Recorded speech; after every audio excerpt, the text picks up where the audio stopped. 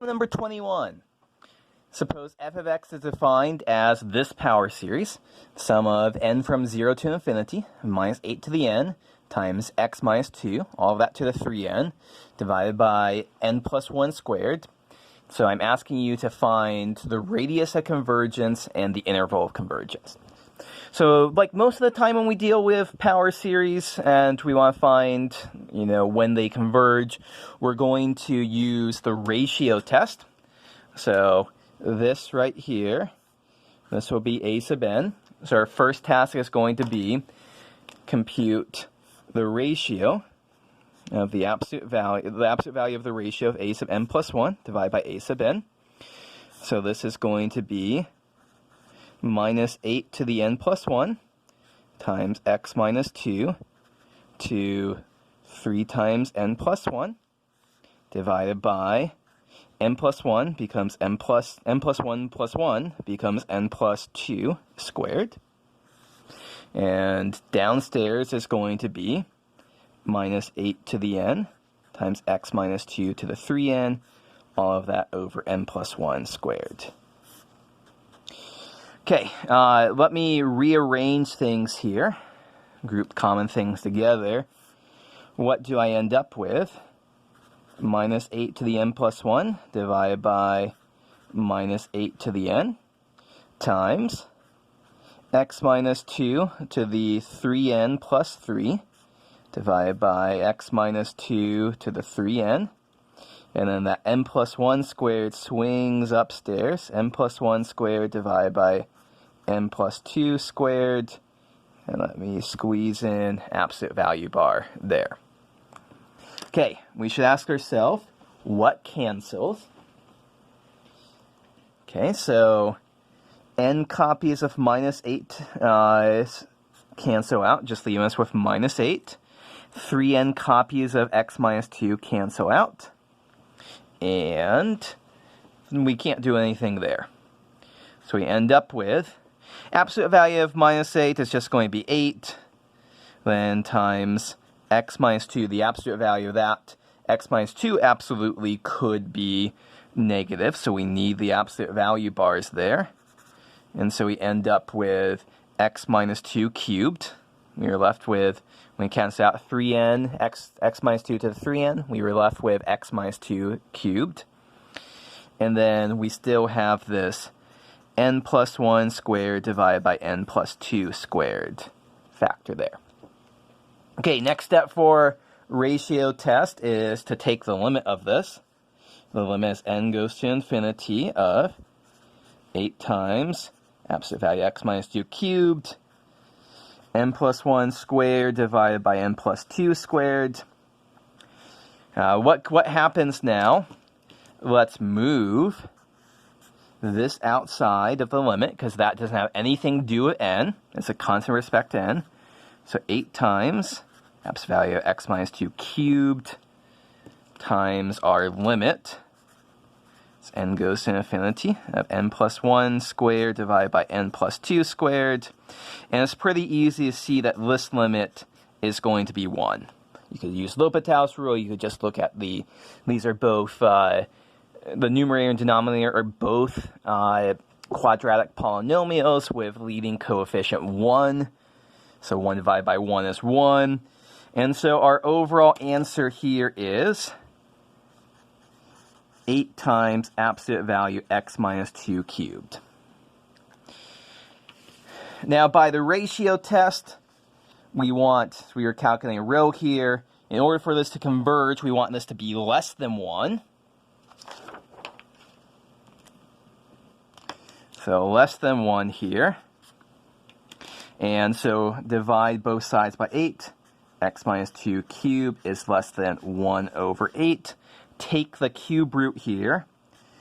Absolute value x minus 2 is less than 1/2. So if x minus 2, absolute value of that, is less than 1/2, this gives us absolute convergence. And similarly, if we change the direction of that inequality, if x minus 2 is strictly greater than 1/2, this gives us divergence. if absolute value x minus 2 is equal to 1/2, we don't know. We'll have to tackle that separately. So at this point, I should point out that we already have the answer to one of our questions. 1/2 is the radius of convergence. Okay, so let's figure out in particular exactly what our interval is. Absolute value x minus 2 is less than 1/2. We can rewrite this as two separate inequalities. X minus 2 is between minus 1/2 and 1/2. And adding 2 everywhere, we get 3/2 is less than x, and x is less than 5/2. So we know for sure that our series is going to absolutely converge here. If x is strictly greater than 5/2 or strictly less than 3/2, it's going to diverge. So the last thing we have to do is think about what happens at x is equal to 3/2, and then what's going to happen when x is equal to 5/2. Okay, so let's do those calculations now. When x is equal to 3/2, let's plop in 3/2 in there for x. So sum and from 0 to infinity, minus 8 to the n, 3/2 minus 2 to the 3n, divided by n plus 1 squared.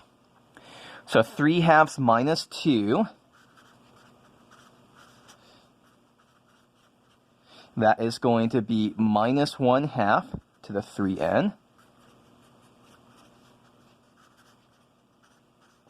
Minus 1 to the 3n, that is going to be minus 1 cubed to the nth power. Let me just side comment there.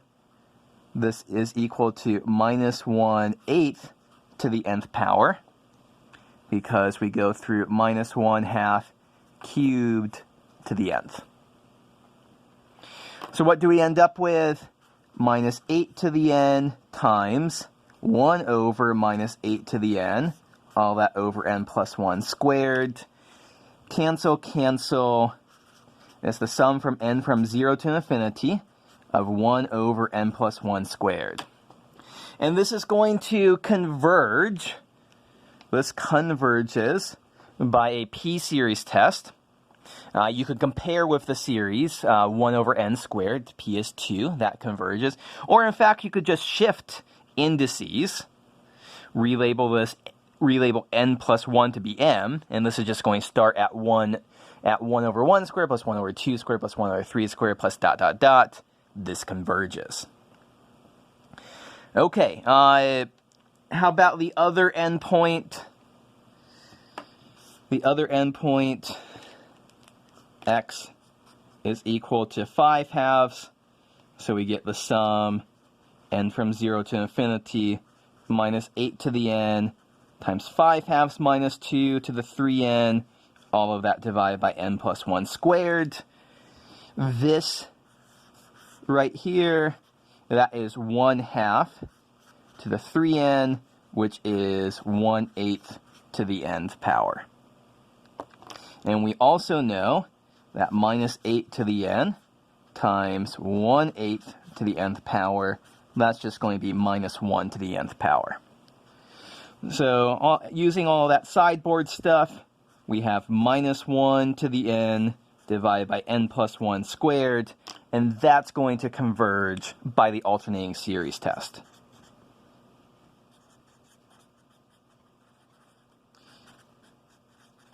So it's minus 1 to the n times something that is positive, decreasing, and converging to 0. So this is actually a case where our series converges at both endpoints. So the interval of convergence is going to be from 3/2 to 5/2, and we actually include both endpoints here.